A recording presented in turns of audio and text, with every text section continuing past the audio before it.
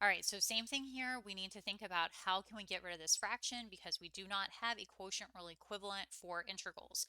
So fortunately, we notice that there is one term in the denominator, so we can split that up. And just like with derivatives, I always ask about this on the test. So it's a really good test question because we're not going to see an equivalent of the quotient rule. So we really need to know how to deal with this. And the way we deal with it is split it up into several fractions.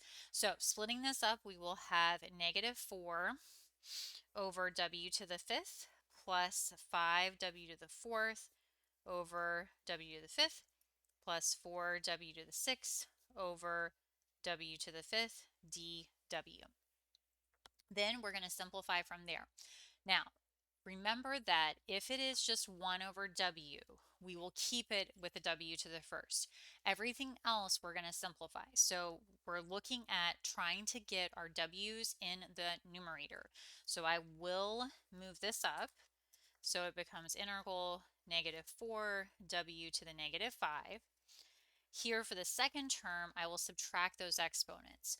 Remember that when you subtract the exponents, the bigger exponent is where you end. So the bigger exponent here is in the denominator. So when I subtract 4 minus 5, I will get a w in the denominator.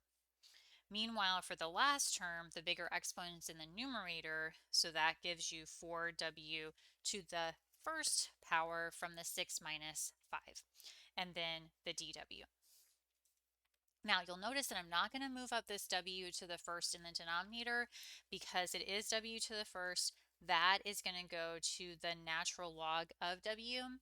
These other two terms were the -4 w to the -5 and the w to the first.